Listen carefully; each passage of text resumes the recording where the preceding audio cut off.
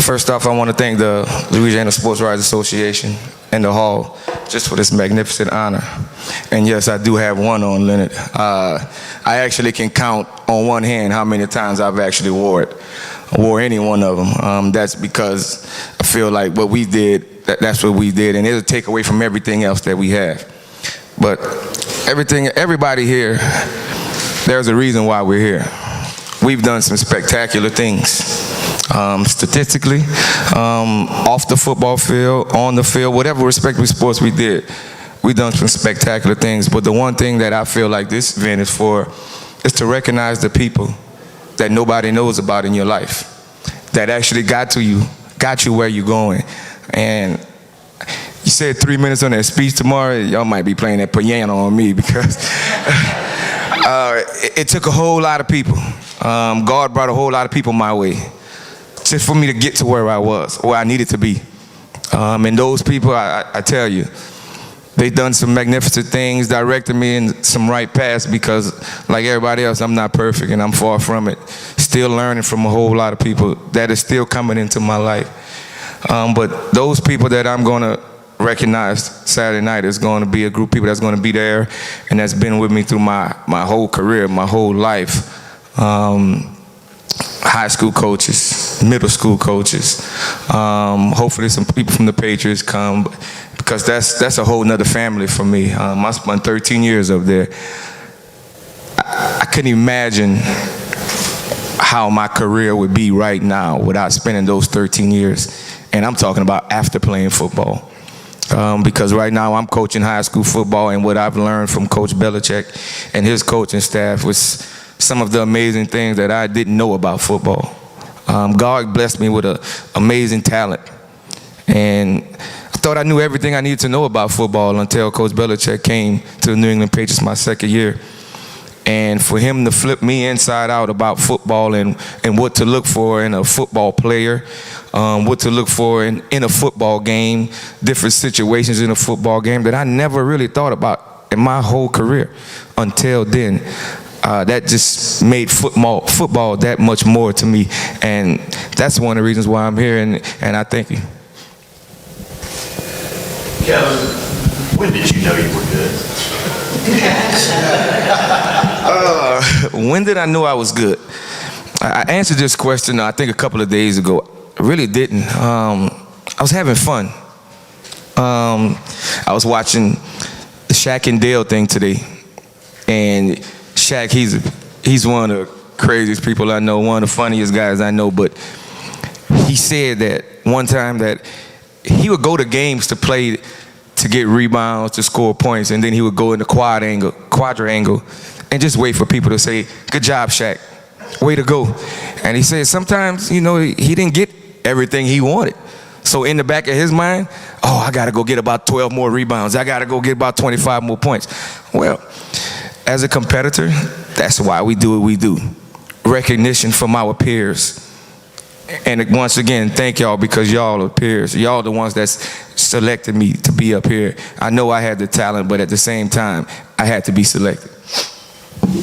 What did it mean to you to play at LSU, and talk about that experience with us who've never had a chance to put on pads the purple and gold on Saturday night Tiger Stadium? One I will never forget. I had the opportunity to leave after my junior year and go to the pros, and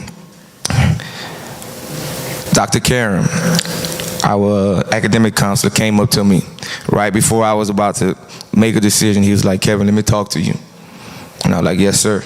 He's like, "Do you understand that you only have 18 hours to graduate college?"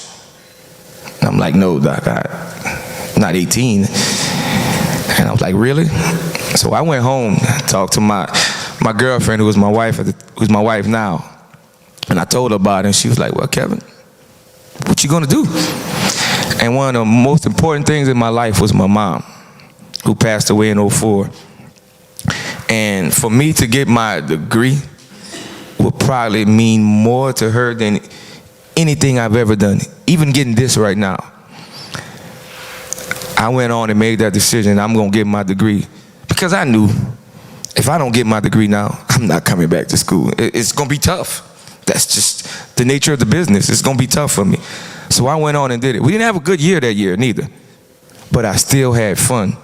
I still loved it because it was with my teammates, guys that I came into LSU with that really stuck by me, and I really stuck by them, and we really had a great time our whole tenure there. Kevin, you played 13 years in an organization that's particularly known for not being sentimental about keeping players around. What do you think that Coach Belichick stayed with you for 13 years, and how much does that mean to you to be a lifelong Patriot? That goes back to my upbringing, my family, what they taught me, how they taught me to recognize things, how they taught me to recognize who I was around, who I'm going to be around for a long period of time. And all I did was just paid attention to what not to do, paid attention to my coach, paid attention to what he wanted in his players. And that's all I did. A lot of guys didn't do that, but I did it because I wanted my job. That was my job. What do you think about the NFL now that you've stepped away from it? How it's evolved since you retired? The NFL, any professional sports is going to evolve over a period of time. It's the way the world is. Everything is getting bigger. Everything is getting better. Not saying it's all great, but everything is. It's just the way the nature of the life right now, and that's where it's going. Why are you coaching high school ball? First off, that's something I always wanted to do ever since I got to LSU. My first year, I didn't wait to declare my major because I knew when I was done doing whatever I had to do, I wanted to be a coach. I love kids. I love seeing the smile on a kid's face when you tell him something or tell her something and they go and do it and they do it right and they're successful. I love seeing that smile like, thank you, coach. I needed that. And just touching a kid, because you never know. Every person got a story. We never know what that story is because we are very shy by nature.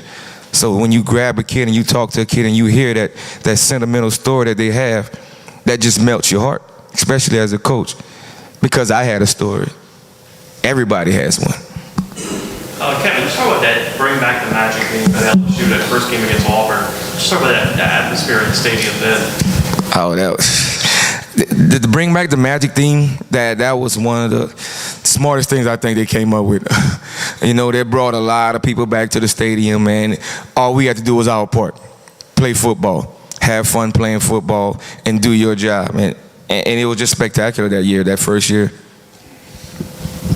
What are your thoughts about the football? What are my thoughts on it? Like I tell everyone, I've played there 13 years. I know what they go through every morning, every day, as far as to be champions. And deflating the football, I can't see it. I can't see it. Because they do too much things to win a football game the right way. So if it is, it is. But from my standpoint, I can't see it. Have you ever thought as a high school coach, wearing all those rings just so when you, before the game, when you shake hands with the opposing coach? Nah, because going back to that Shaq episode I watched today, somebody tried to intimidate Shaq, and he went off that game. So I don't want to intimidate nobody because they might go off on that. Kevin, what about the Super Bowl when y'all went against Carolina, against Jake, two guys from near the same area? Just talk about that experience.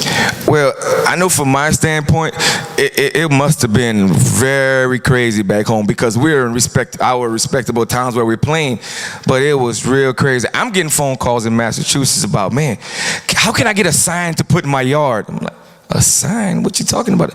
Well, they're selling signs for you. They're selling signs for Jake to put in there to support you. I'm like, I don't know, Hey, we're worried about playing a football game, not no sign.